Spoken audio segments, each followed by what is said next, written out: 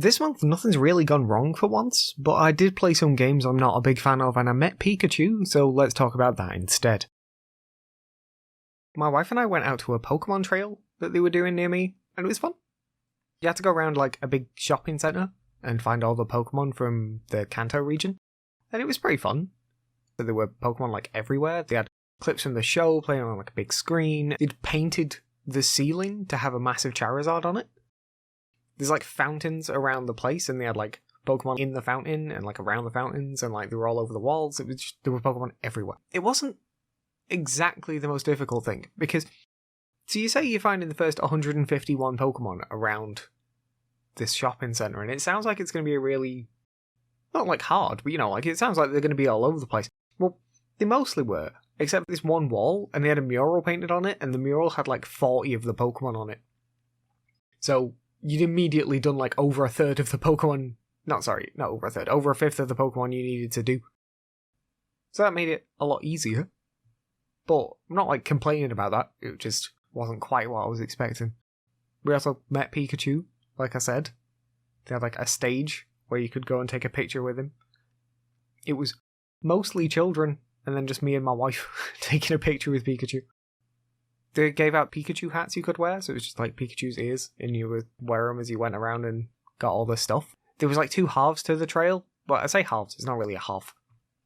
There's one part of the trail, which was like finding all the Pokemon, and there was another little part, because it was only like 10 things. Some of the Pokemon had letters with them, and if you found all the letters, it spelled out a word. If you did both of those, you got a certificate and a poster, and that was nice. Like, we've just got them now. Like, I don't know what we'll do with them, but we've got them. Kind of wish it had been a stamp rally. I don't know if you're like familiar with those. I knew what they were before I knew what they were called. But they're pretty popular in Japan, where you like go around and you get like a book or something and you like stamp it in different locations, and they have them like all over the place. I kind of wish it had been something like that, because we both really like those. They're just not really that popular over here. I've seen them before here, but almost always when you see them here, it's the remnants of one. If you go to the Sea Life Centre, it's an aquarium, I don't know if you know it, they always have a stamp rally inside, but never the stuff to do the stamp rally. So there's always just like a space where one used to be, but you can't actually do anything, like they've not got ink pads out or anything, and I don't get why. I think people just mess with them all the time, so they just get rid of them, but I really like it. But yeah, it was fun. We both liked doing it. It just wasn't really all that much to it, that's all. After we finished the Pokemon, we went back into the city and we looked around the Christmas markets that we have. We have them every year, which is why I think I've spoken about them before. And we both really like going, but it's been like just kind of downhill recently. Some of that isn't exactly their fault. Like, there's a lot of construction going on, and one of the main areas where they usually have the markets is closed, and it's going to be closed till 2024. This year they couldn't even have we usually have like a big light switch on, they couldn't have that because there's just no space for it. So like, that isn't exactly their fault. But there's also just like way less variety than there used to be. Like, you rarely ever see anything new anymore. A lot of it's returning stuff, and returning stuff is fine. Like, I'm not complaining about the returning stuff. My issue is that there's just like loads of the same things in lots of places. There's a one cheese company, and they have about 10 stalls spread out across the areas, and it's just too much. Like, we don't need that many. There also used to be a place that sold savoury pancakes, and my wife really likes them, but that's been gone for ages now, and we're just disappointed every time. Like, we both really like going, but it's just way less interesting now than it used to be. As for what I've been playing this month, it's mostly been between 3 or 4 different games. I've got my usual stuff like Animal Crossing, Monster Hunter Elite, Final Fantasy, and then I've also been playing God of War Ragnarok, Pokemon Scarlet, Bayonetta 3 and Somerville, and I've finished both of Bayonetta 3 and Somerville. Because I've not finished them yet, I've only got brief opinions on God of War and Pokemon. I'm about 20 hours in to God of War now, and it's easily my favourite of the series. I didn't play very much of the original ones, so there's not a huge competition there. I played a little bit of, I think it was Chains of Olympus, and that's about it. I actually own all of them. I bought all of them while I was in New York on my honeymoon, and I've just never got around to playing them. One of the main reasons I haven't played them actually is because I really don't want to use my PS3. I just hate the PS3 controller. Like, that's literally it. I hate the PS3 controller so much that I don't want to use my PS3. Apparently you can use a PS4 controller with the PS3 if you use it wired, but I've just never got around to trying that. So, anyway, I finished 2018 and I did like it, but there was always just something about it that bugged me, and I think it's mostly that the game kept feeling like it was going to end. And then they'd like pull the rug out from under you and go, actually no, it's got more. It starts off as find the tallest mountain, and then it's, actually this isn't the tallest mountain. Then it's find how to get to the tallest mountain, so you find how to get there, and then it gets destroyed, and then it's find a new way to get to the tallest mountain, and it's just, it's not necessarily that it's bad, it's just that it kept setting me up for the end of the game and then pulling the rug out from under me and going on further, and I liked playing it, but didn't like that, and I disliked that so much that it put me off playing it. Once I finally did, I actually really liked it, but that's my issues with it. And Ragnarok doesn't have that issue, and it's gone places that I really didn't expect at the moment. For those people who want to know, Atreus just got a mask, which I think is vague enough that it doesn't make any sense to anyone else. But yeah, I'm really enjoying it. It's shaping up to be one of my favourite games of the year. I don't think it's going to edge out my actual current favourite, but it's pretty close. As for Pokemon, I'm very early in. I think I've played maybe 6 hours actually, but I've only just got to the school because I spent like over 2 hours just walking around in like the starting area catching Pokemon. And I'm just really liking it. Like, I'm really enjoying it, and I did not expect that. I wasn't really interested in it, to be honest, and then when I finally got it, I was like, oh, actually, I like this. Like, watching it, I just never thought it looked all that interesting, and I still have my reservations about it being an open world.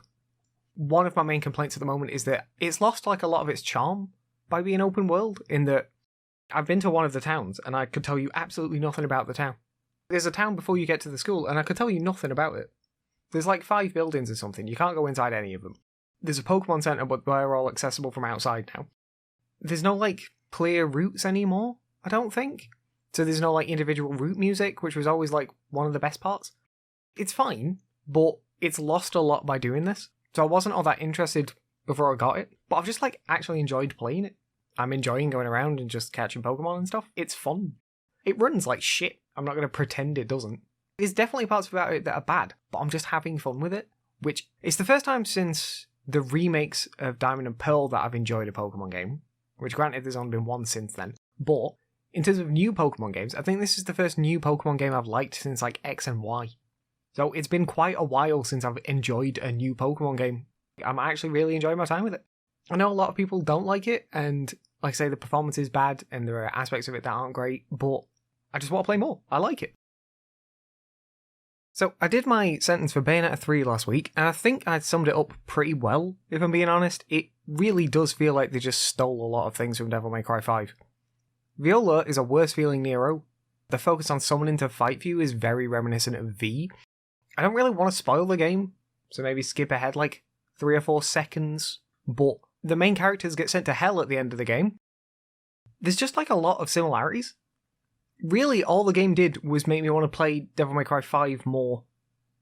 I want to like Viola, and I like what she's going for, but she's just not...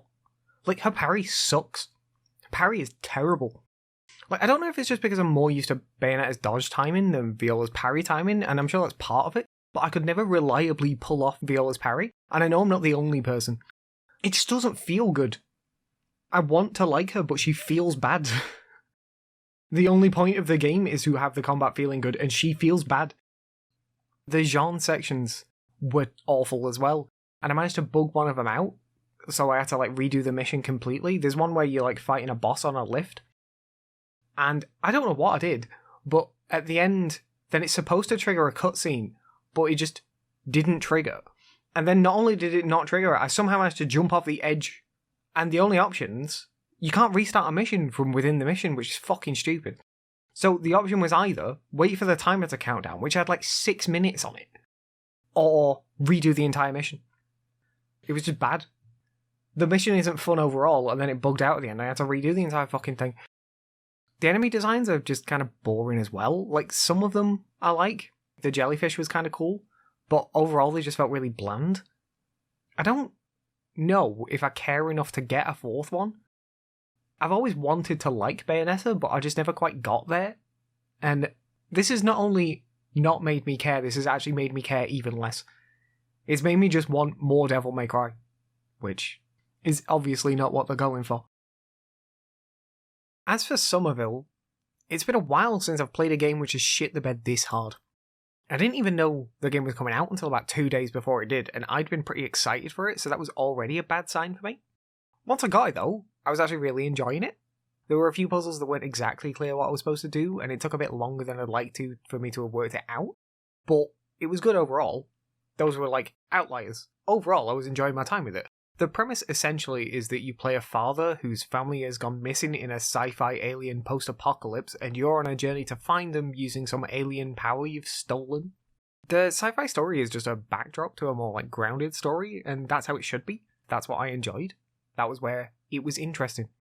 The aliens and like post-apocalypse and all that stuff, it doesn't really matter. It's a story about finding your family, and all that stuff is like happening around you, but it's not what's important to you. The issue is, about halfway through the game, that gets thrown out the window, and it's all about the sci-fi from that point on, and it's bad. It's just not interesting in the slightest. So the game's got like no dialogue or anything, which is what you'd expect from these games. But it makes it really hard to infer meaning from things once you get to that point, because you have lost what is essentially the main character's motivation. So you have like no frame of context anymore for the rest of things that are going on. Like, I don't know why the main character carried on at that point. And the game requires you to... I don't know. Like, one of the endings requires you to have memorized a pattern throughout the entire game, and I don't get how... Not only do I not get how the game expects you to know that, I don't get how the game expects you to memorize it, right, without setting it up previously. So, like, maybe you're like, oh, it's a thing to do on your next playthrough. Okay, but I don't get how you're supposed to work it out. How would I have been supposed to work out that I was supposed to memorize this pattern to get a different ending? Because there is nothing that tells you. I suppose it's like maybe implied, but even then I wouldn't say so. Like, it doesn't come across in that way. I'm trying not to spoil it, but it just doesn't give you enough to like latch onto for you to like form proper ideas. It's not even a matter of it just being vague. It's a matter of it's vague and you have no context. So you can't like combine the two. You're not like trying to do something. You're just sort of like thrust into a situation you have no understanding of and then are expected to work things out from no information. I feel like I'm not explaining it very well, but it's not good. There's a point in the game where, and I'm being intentionally vague, something comes out of a tent. And as far as I'm concerned, that is exactly where the game should have ended. Past that, the characters start making nonsensical decisions, the pacing is incredibly rushed, and the story barely makes any sense. The 10th thing I mentioned happens at the end of, I think it's chapter 7, and there's 14 chapters, something like that. And that sounds like the halfway point, doesn't it? And in terms of chapters, yeah, it's the halfway point. But in terms of playtime, it's more like the 75% mark, if that. Like, the game's already very short, but the vast majority of the game takes place in the first 7 chapters, and the next 7 chapters are a disinteresting, incomprehensible rush to an ending that I didn't care about in the slightest. There is one chapter, I think it's like chapter 5 maybe, which is the longest chapter in the game, and I think that chapter alone is longer than the next 7 chapters. Like, chapter 5 is longer than chapter 8 to 14. It is utterly ridiculous. Like, the pacing is terrible. The pacing gets really bad at this point. The story doesn't make any sense anymore. The story also isn't interesting anymore. I just stopped caring. I immediately stopped caring. In games, there's often times when like things will progressively get worse, and this isn't that. This is literally one thing happens and the entire game is worse after that. And it's really weird. Like, it's weird to see a game have like such a clear delineation between the good bit and the bad bit. And this is so obvious. I don't know if I regret getting it, and I don't think I do, but it's definitely made me a lot more wary of Jumpship's future games. As for the channel, there's not really much to say. Everything's pretty much just going to carry on. Yakuza Kiwami 2 is going to end at the end of the month. I managed to get it down enough by compiling all of the Hostess Club and Majima construction sections into their own 2 videos. Those videos are like really long. Like, I think the Hostess Club one is going to be about 5 hours. But they also don't impact the story at all. So if you don't care, you don't care. I should have a video coming out about halfway through next month, which I was talking about last month, but I've still got quite a bit to go on it, and I'm also just quite busy as well. It's my birthday today when this comes out, so obviously I'm not working on it then. It's also my wedding anniversary next week, so I'm not going to be working on it then. I'm going out on Tuesday after this podcast for a meeting in a different city, so not going to be working on it then. So it's just a lot. I want to work on it, and I want to get it done, but there is not a lot of time and quite a lot to do. It's not a scripted video, in that I'm not writing a script and I'm not recording audio for it. It's just a very editing heavy video. There's just a shit ton of footage to go through. And it's a lot. And I don't have any idea how long it'll take me. Like, I've done something similar before, and that took me like a month. And at this point, I have like 10 days. So, I'm just going to have to try and do it. I'm just going to have to see how long it's going to take me. Like I mentioned, though, it's my birthday today, and I was trying to get something out for that, but I don't think I have. Unless I've got it done between recording the podcast and it going up, which I might have, but I obviously don't know that, because that hasn't happened yet. If it's already out, I have something coming up for my patrons, which I hope that they'll like, or at least not hate. So if you're interested, now might be a good time to join. Speaking of, special thanks to all of my patrons. You can join them over at patreon.com/Holden Gatsby, and for $1 a month you'll get to see what I'm working on early and get exclusive roles in my Discord along with other rewards I might think of. You can also just follow me there if you want to for free, as it's probably the best place to see all of my content as soon as it's available. There's links to the Patreon along with my Discord, TikTok, Twitter, Twitch, and all the other podcast platforms in the description for this episode. Finally, don't forget you can email me using podencastby@gmail.com if you've got anything you want to say. Thanks for sticking around. Bye. Special thanks to my patrons, Justin Wood, Hobbs, Koopy Vegeta, and Gunrunner.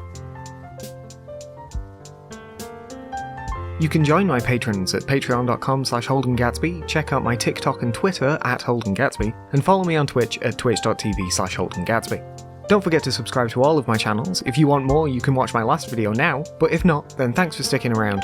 Bye.